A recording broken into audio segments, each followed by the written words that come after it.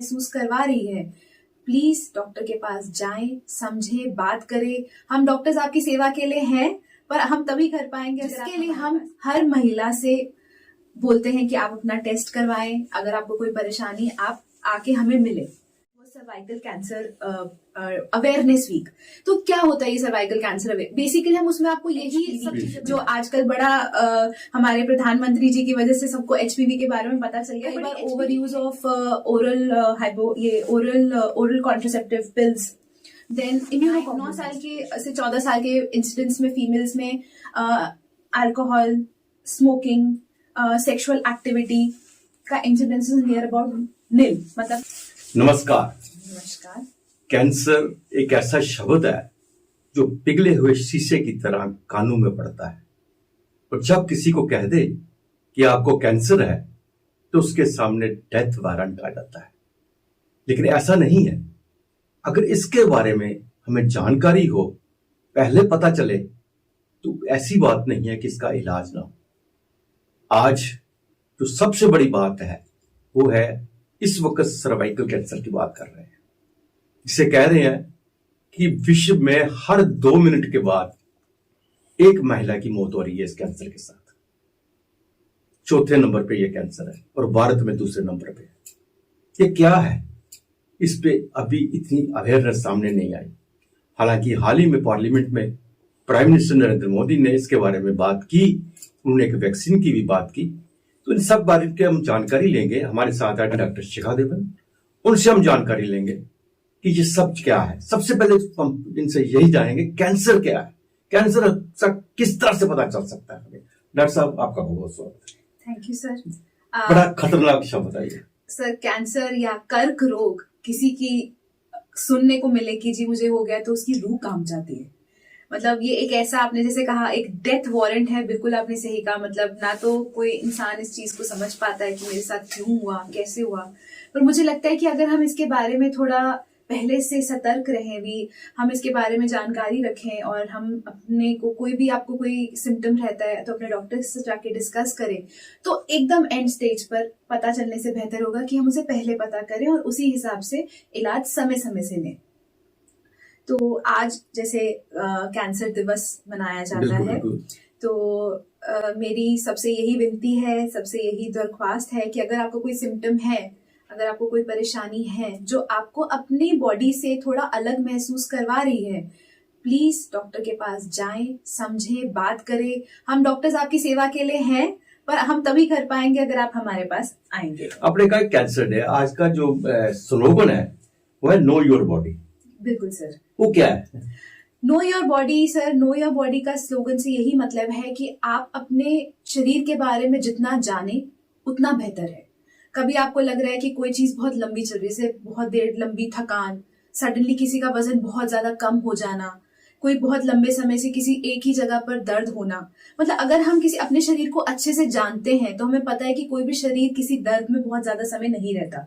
भगवान ने इतना अच्छा चीज बनाई है कि हम अपने आप ही अपने आप को रिकवर कर लेते हैं, चाहे कभी मेडिसिन के साथ, कभी किसी चीज के साथ। बट कुछ चीजें जैसे कि कर्क रोग है, उसमें रिकवरी नहीं होती है। तो जब आपको ये चीज पता लग रही है, जब आपको समझ में आ रहा है कि कुछ गड़बड़ है, तो हमें तुरंत डॉक्टर के पास जाकर उनसे इसके बारे में डिस्कस करना चाहिए। डॉक्टर साहब, इस वक्त जो सर्वाइकल या सर्विकल जो भी मेडिकल टर्म में आप कहते हैं, हो सकता है मेरे बोलने में थोड़ी गलती हो, जी। तो इस वक्त इसकी बहुत चर्चा हो रही है और मैं बहुत ज्यादा अवेयर भी नहीं है इसी के बारे में आज मैं आपसे जानना चाहूंगा। ये क्या है, क्या सिम्टम है, किस तरह से पता चलता है ये है, इसके बारे में थोड़ा सा। जी सर। सर्वाइकल कैंसर यानी कि बच्चेदानी के मुंह के कर्क रोग के बारे में हम बात करेंगे। तो सर्वाइकल कैंसर है क्या? बच्चेदानी में एक मुहाना होता है जिसे हम सर्विक्स बोलते हैं, इसके कैंसर को बोला जाता है cervical cancer. But cervical cancer होने के बीच में बहुत बड़ा अंतर है। पहले एक कंडीशन रहती है जिसको हम प्री मैलिग्नेंट कंडीशन बोलते हैं, जिसके लिए हम हर महिला से बोलते हैं कि आप अपना टेस्ट करवाएं। अगर आपको कोई परेशानी, आप आके हमें मिले। तो ये क्या परेशानी है? बेसिकली सर क्या होता है कि किसी को बहुत लंबे समय से कोई विजाइनल डिस्चार्ज हो रहा है, किसी को मतलब एक अननेचुरल या अबनॉर्मल ब्लीडिंग हो रही है, मतलब महीने के बीच में ब्लीडिंग हो जाना, सडनली वजन बहुत ज्यादा कम हो जाना, पानी बहुत ज्यादा चलना, नीचे की तरफ इन्फेक्शंस बहुत ज्यादा रहना, ये कुछ सिम्टम्स हैं जो हम कहते हैं कि आपको जाकर अपनी टेस्टिंग करवानी चाहिए। तो टेस्टिंग हम कैसे करेंगे? अब एक चीज है सर, इतना टाइम हो गया काम करते हुए, बट मैंने एक देखा है लेडीज में बड़ी हेजिटेंसी रहती है सर। पेशेंट आएंगे, हम कहेंगे अच्छा आपको डिस्चार्ज है, तो हम कहेंगे एक इंटरनल चेकअप कर लें, तो बिल्कुल शर्मा जाती है, नहीं नहीं हमें नहीं कराना, अभी आप बस दवाई लिख दे। बस यही वो चीज है जिसको वो इग्नोर कर रहे हैं, जहां पे मुझे लगता है कि इस चीज को वो इग्नोर ना करें, अपनी टेस्टिंग करवाएं। गवर्नमेंट की में बड़ी सारी सुविधाएं हैं हमारे पास, जैसे हमारे अभी रिसेंटली जनवरी 22 टू लेकर 28 वो cervical cancer awareness week.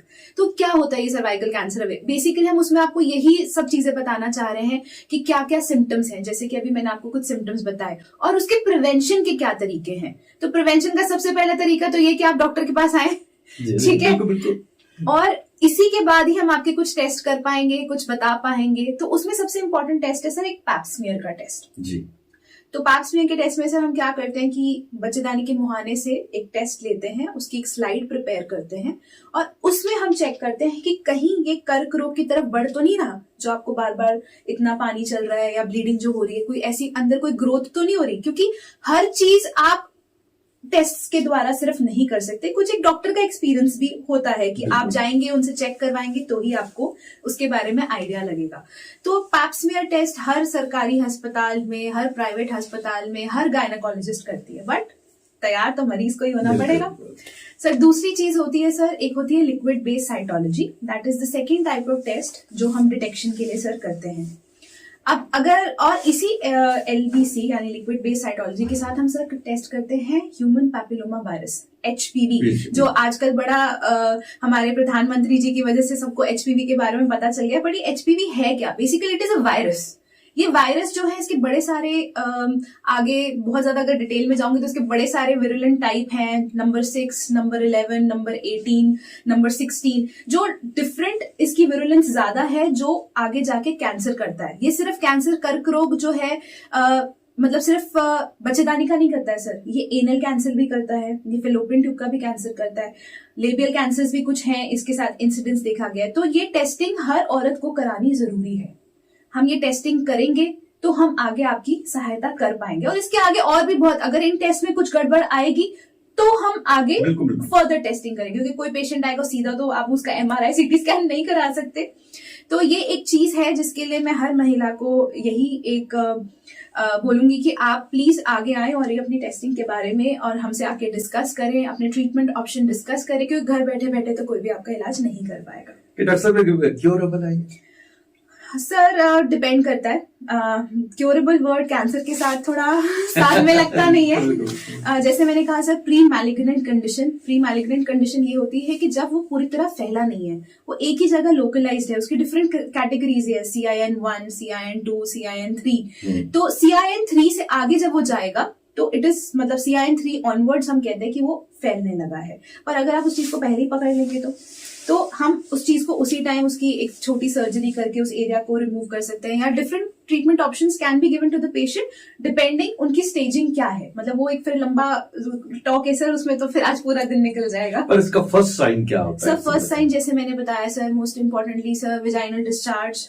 And आपको कभी कभी इंटरमिटेंट स्पॉटिंग रहेगी, मतलब पीरियड्स के बीच में इंटरमेंस्ट्रुअल मतलब पीरियड्स खत्म हो गए सडनली बीच में, फिर कभी दाग लग गया, कभी पोस्ट क्वाइटल स्पॉटिंग होगी, मतलब संबंध बनाने के बाद ब्लीडिंग हो रही है। और ये किन पेशेंट्स में ज्यादा देखा गया है? जैसे कि जिनको स्मोकिंग की हैबिट है। इंडिया में तो अब इस चीज का भी इंसिडेंस बढ़ गया, कोई शर्माने वाली बात नहीं, बिल्कुल सही कह रहे हैं। तो रिक्रिएशनल ड्रग्स, फिर ओबेसिटी एक बहुत बड़ा कारण है।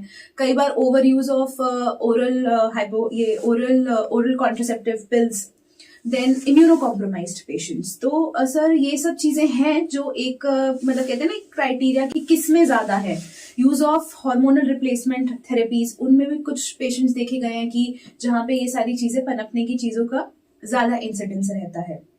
तो ये सारी चीजों, ये जो हाई रिस्क वाले पेशेंट्स हैं, इनको अपना थोड़ा ज्यादा ध्यान रखना है। इसका वैसे कॉज क्या होता है, मेन जो कॉज? सफरिंग? सब मोस्ट कॉमन कॉज अगर हम इंडिया में देखा जाए तो ऑलमोस्ट अगर हम डिजीज बर्डन लें तो 98 to 87.5% जो कॉज है that is the human papilloma virus. Okay. तो ये जो ह्यूमन पैपिलोमा वायरस होता है ये क्या करता है कि हमारे सर्विक्स में एक नए ये क्या करता है सेल्स के बीच में घुस जाता है और उसको ओवर बर्डनली ग्रो करने के लिए स्टिमुलेट करता है। अब वो ग्रोथ जो कैंसर की बेसिकली ग्रोथ क्या होती है, ग्रोथ बॉडी में ही हो रही है, बट वो जब अब नॉर्मली ज्यादा ग्रोथ हो जाती है उसको हम कर्क रोग कहते हैं, चाहे वो शरीर में कहीं भी हो। ठीक है, तो अब ये जब बहुत ज्यादा ग्रो करती है, ये जो टिश्यू होता है ये अंदर, अब उसको पता नहीं है कहाँ तक जाना है, वो घुसते घुसते घुसते कभी बच्चेदानी के अंदर जा रहा है, कभी आसपास की वॉल्स में जा रहा है, फैलते फैलते वो हमारे ब्लड के थ्रू बाकी जगह भी जाने लगता है। तो बेसिकली यही एक ट्रिगरिंग फैक्टर है जिसका one of the most common is this human papilloma virus.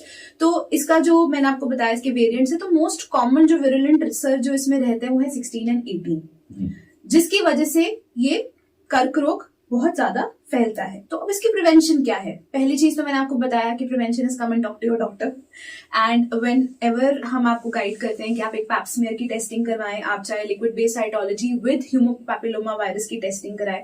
ये एक बेसलाइन इन्वेस्टिगेशंस है जो हम फर्स्ट लाइन अगर आप इन्हें मानेंगे, एंड ये ऐसा नहीं कि ये सिर्फ आपको सिटीज में मिलेगा, we are even doing this sir in peripheries also. Camps लगाए जाते हैं, वहां पे बाकायदा टेस्टिंग करी जाती है, डॉक्टर्स जाते हैं वहां पे, बट अल्टीमेटली हम तो अपनी पूरी कोशिश कर रहे हैं। सामने आना बहुत जरूरी है क्योंकि हेजिटेंसी बहुत है, बात नहीं करेंगे, बताएंगे नहीं, अच्छा है कोई बात नहीं, हम दवाई लिख दो, हम देख लेंगे। ये एक कॉमन फ्रेज है सर जो मैंने इतने टाइम में बड़े टाइम से हर पेशेंट से सुना है। They are very hesitant to get their doctor साहब एक चीज है, ये क्या ट्रांसफर पे है? सर ट्रांसफरेबल नहीं है, बट हाँ अगर आप पूछेंगे क्या ये मेल्स में होता है, बिल्कुल होता है सर। अच्छा। तो उनमें भी पेनाइल कैंसर्स वगैरह में, एनल कैंसर, कोलोनिक कैंसर्स में एचपीवी देखा गया है। एंड अगर हम वैक्सीनेशन के बारे में बात करेंगे तो even men are supposed to get HPV vaccine done. पर अभी तक जो चीज सामने आई कि 9 to 14 जो गर्ल्स है उनके लिए वैक्सीन हुई है। सर ये बेसिकली हमारे डिजीज को, क्योंकि 9 to 14 एडोलेसेंट जो है सर, हमारा एडोलेसेंट शब्द ही बड़ा प्यारा है सर। बच्चा एक उम्र से, एक लड़की, छोटी लड़की से बन रही है एक औरत। दैट इज द टाइम जहां पे आप देखो ना 9 साल के से 14 साल के इंसिडेंट्स में फीमेल्स में अल्कोहल, स्मोकिंग, सेक्सुअल एक्टिविटी का incidence is near about nil. मतलब मैं नील बोल रही हूँ but people know that's better, but the fact is कि sir since the incidence is going to be less, तो अगर आप उसको पहले ही पकड़ लेंगे तो आगे जाके डिजीज का बर्डन कम हो जाएगा। बिकॉज देखिए ना सर, हम कर्क रोग को एक मरीज से तुलना कर रहे हैं, मरीज के साथ जो आसपास लोग जुड़े हैं उनके ऊपर कितना बर्डन है। फाइनेंशियल बर्डन तो सर दूर की बात होती है, अपना जब इतनी दर्द, इतने पेन से गुजर रहा हो तो अपने पे क्या बीतती है वो तो सब जानते ही हैं। सो हमारे गवर्नमेंट ने, हमारे प्रधानमंत्री जी ने इस बजट में बहुत अच्छी चीज निकाली है कि we are going to vaccine जो है, we are going to provide it free for our adolescent girls that is between 9 to 14 age group. तो सर ये जो ह्यूमन पैपिलोमा वायरस वैक्सीन है, ऐसा नहीं कि सिर्फ it has to be given to 9 to 14, हम इसको up till the age of 45 दे सकते हैं। अब लोग कहेंगे अरे इसमें आपको कैसे पता चलेगा?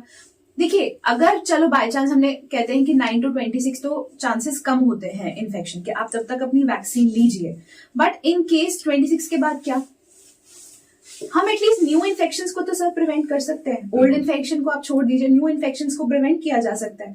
तो it is always advisable that any reproductive female up to the age of 45 should get this vaccine done. अगर बहुत ज्यादा शक है तो आप एक liquid based cytology with HPV testing करवा लीजिए and then you can go ahead with your vaccination. ये बहुत अच्छा मैसेज आपका है। डॉक्टर साहब, ये एक ऐसी चीज थी दिमाग में बैठी हुई जी, जिस तरह से पार्लियामेंट में डिस्कशन भी इसके ऊपर हुई, प्राइम मिनिस्टर ने कहा भी है, और एक बहुत ही एक ऐसी चीज है जिसके लोगों तक जाना बहुत जरूरी है, बहुत जरूरी और है। बहुत ही अच्छे तरीके से आपने इसके बारे में बताया। आप स्टूडियो में आई, आपका बहुत बहुत धन्यवाद। Thank you so much, thank you everyone. आज के लिए बस इतना ही, अगले प्रोग्राम में फिर आपसे भेंट होगी, तब तक इजाजत दीजिए, नमस्कार।